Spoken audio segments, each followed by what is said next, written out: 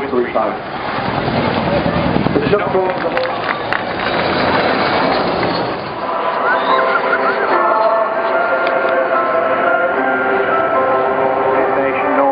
The shared border between them and Russia, and the encounters that they had between the Royal Norwegian Air Force and Soviet aircraft during the Cold War period. Just for this weekend, to bring this unique jet to the Bournemouth Air Festival. Well done, Ken, super show, and look, lovely topside pass.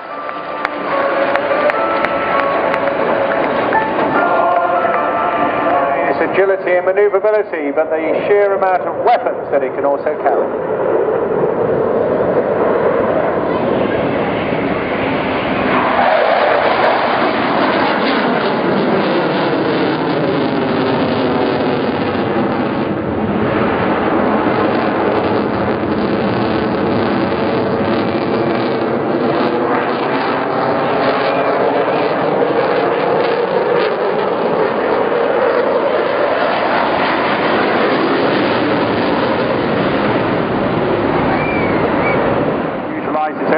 Airway capability to fight its way to the target without having to rely on additional dedicated fighters for protection.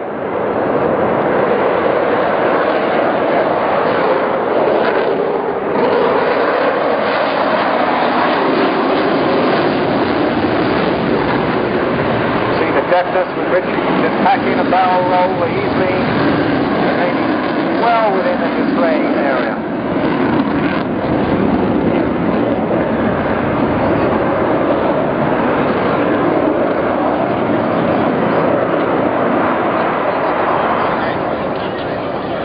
Slowing the jet down now, Johnny bringing it up into what we call a high alpha position. Of course, he has a little bit of computer-aided help on board called Barking Betty. He'll be calling out some commands as well if he were to just overcall, but it's very hard to do that, of course.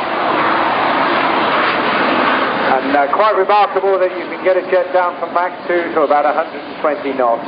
And that's what you're seeing right now. Almost an unbelievable position to be flying a jet in.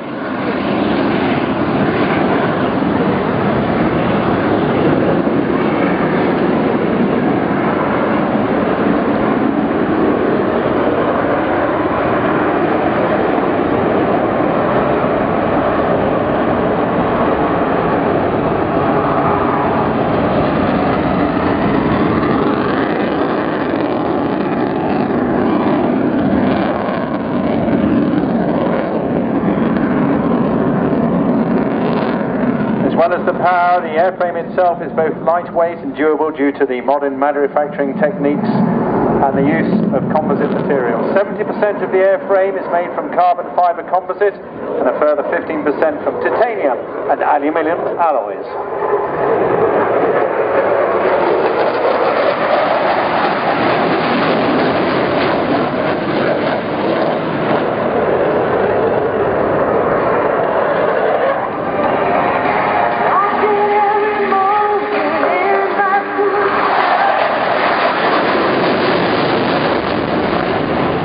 Now really tight into a minimum radius turn. This is where you're using all the power and the ability of the aircraft to outgun and outposition your enemy.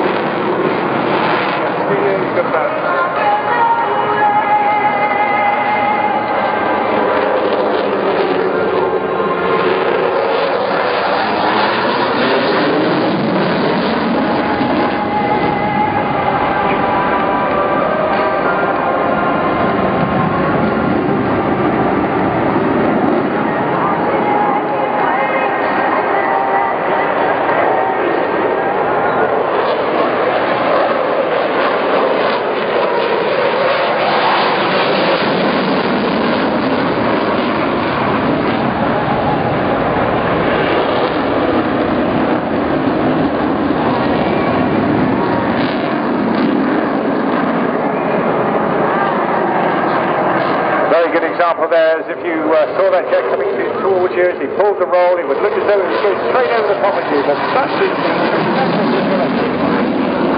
But a little bit of extra G and Johnny can pull it through without any problem whatsoever.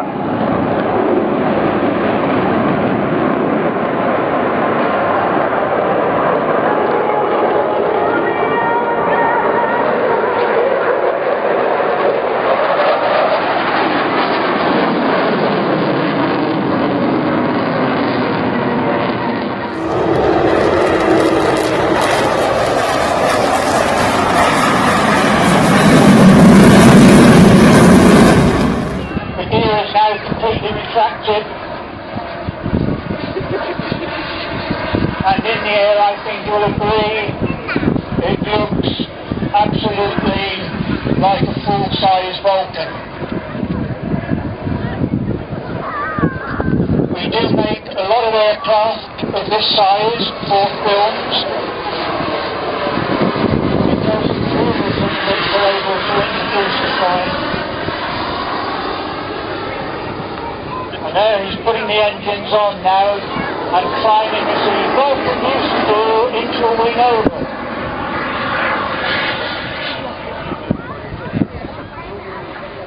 Now you'll notice that Dave flies this aircraft very sedately, doesn't charge around the sky, he keeps it to a very, very good scale speed. So get your cameras out as he comes round there, and he'll just very slightly. And high-speed flare.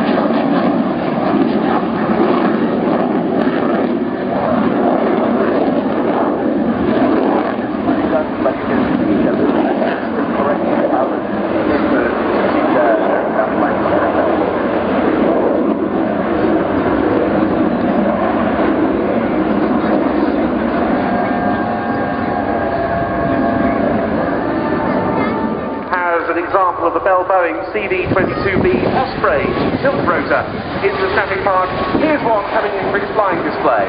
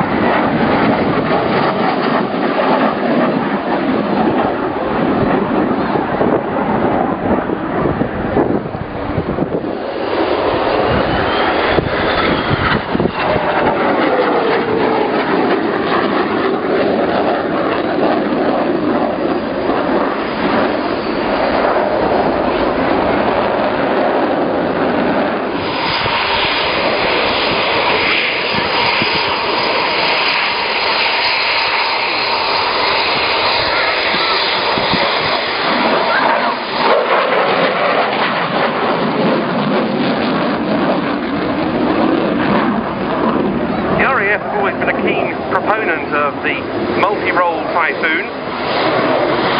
After operational declaration in the air-to-air role came the similar step, initially at least, in the air-to-ground role in 2008. And the process of turning this into an effective multi-role platform has only heightened since then.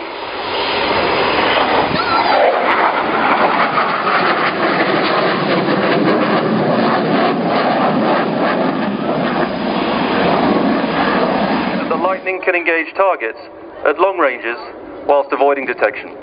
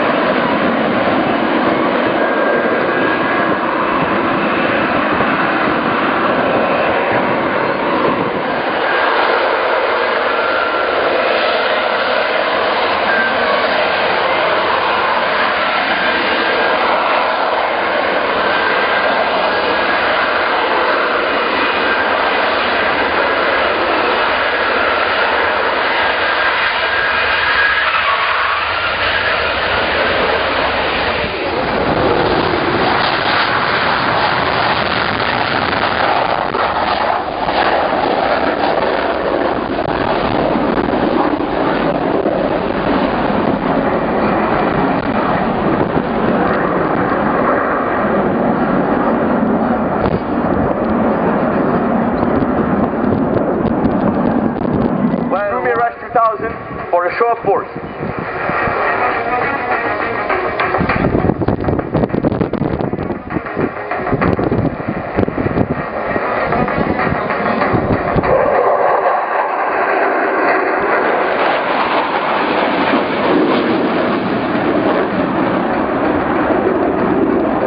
Well, that short course is supposed to let me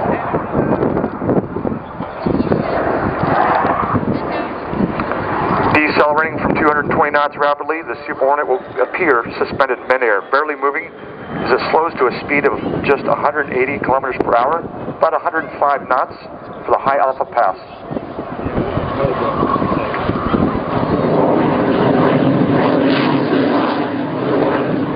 Watch as the aircraft comfortably flies at 30 degrees angle of attack, showing the incredible slow speed maneuverability.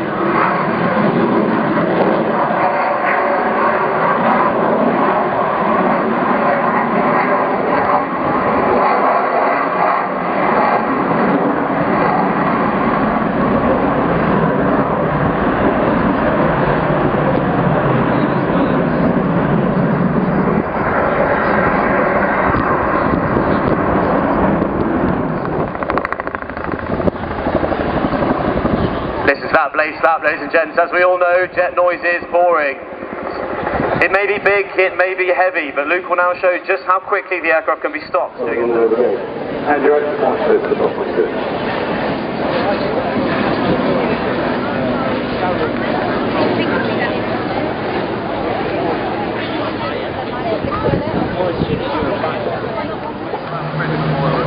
We are in the line.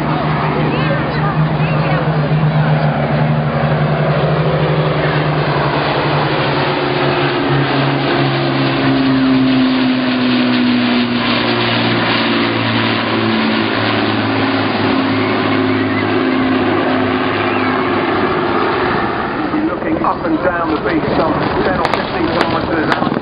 Possibly the same in order to ensure that we have no chance of further incursions from other pilot forces. This is very much a decapitation exercise in order to get the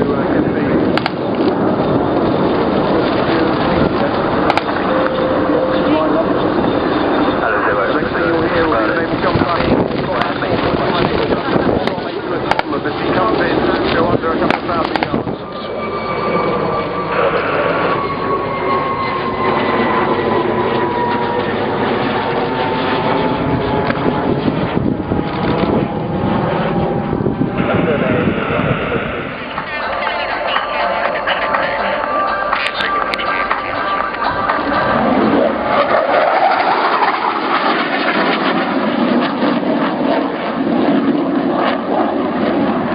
Listen now as the aircraft closes in and the distinctive rotor noise gets louder. This is the rhythmic plane slap that thousands of British and coalition troops call the sound of freedom. Chinook comes to recover a casualty, 4-point injury, or deliver key supplies like ammunition, spares, food and water to the front line.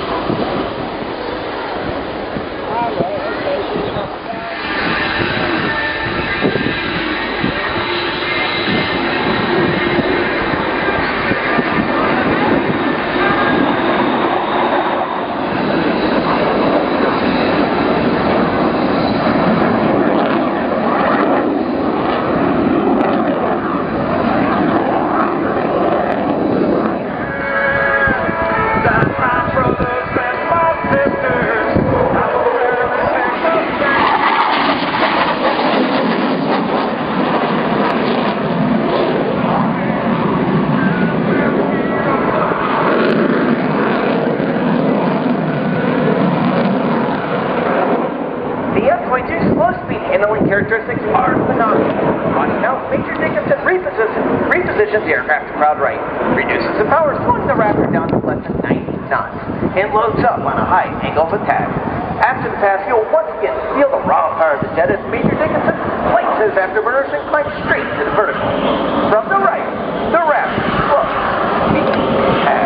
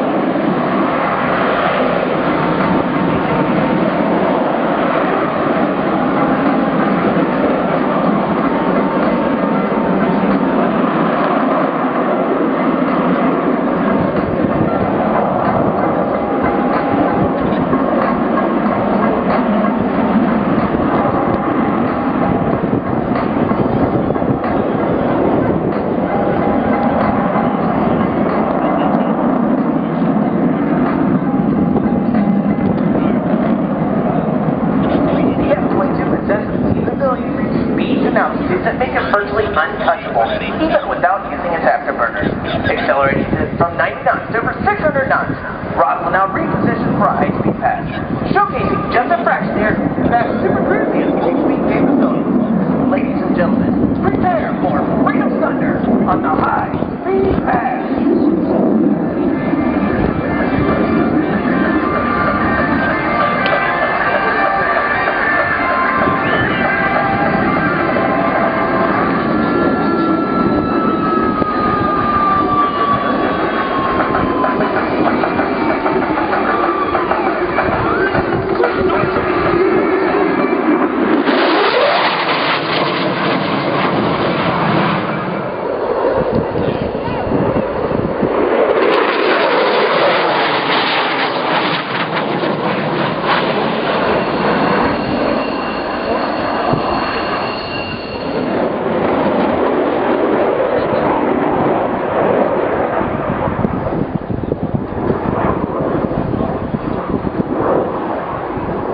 Process has produced the modernised P1N version you see here.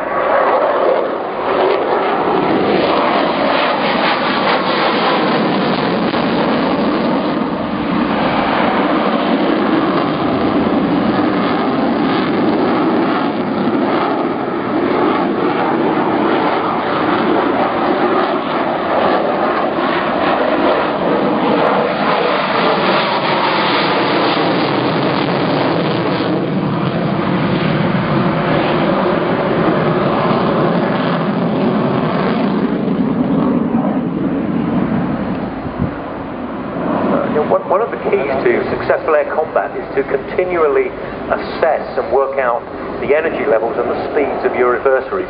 And I'm finding it really difficult to estimate the speed and the energy level of this aircraft here. Probably something to do with the enormous size of it. I think it's a very, very capable combat.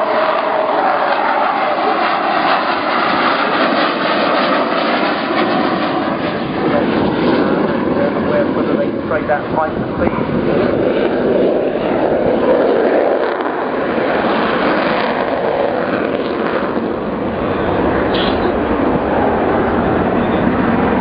Certainly that turn there with the undercarriage is about 200 knots. It's very, very similar.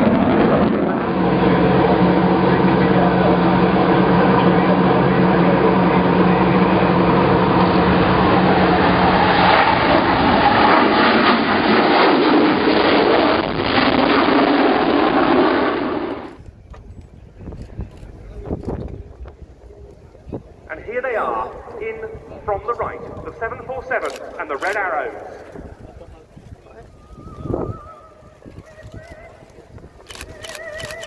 Fly past 7. Hello. Go.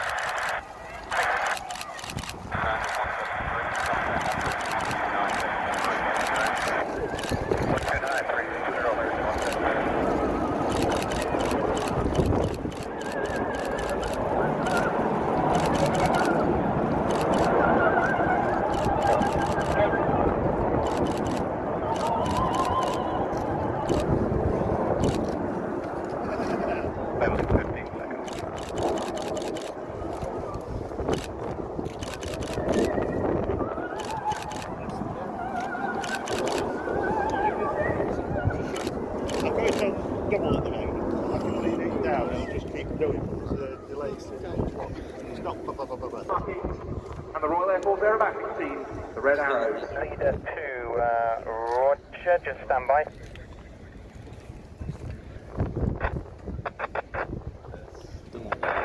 That's the whole course, the vehicle will be moving.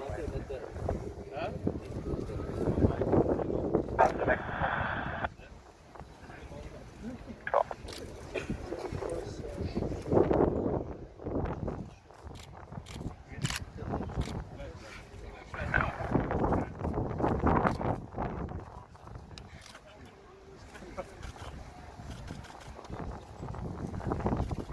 White hot. Go.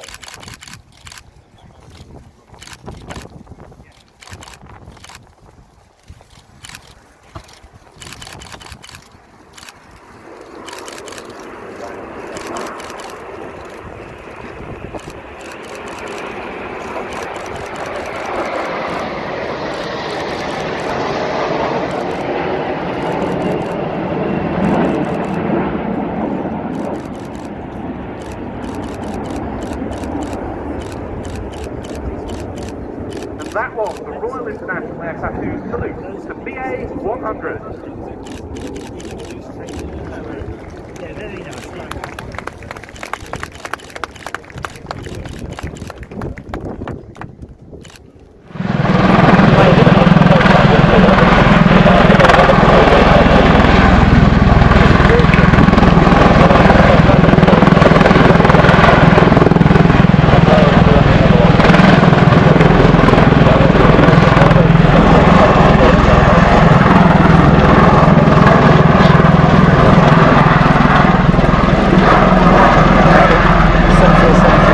Oh, you already know. I've taken that.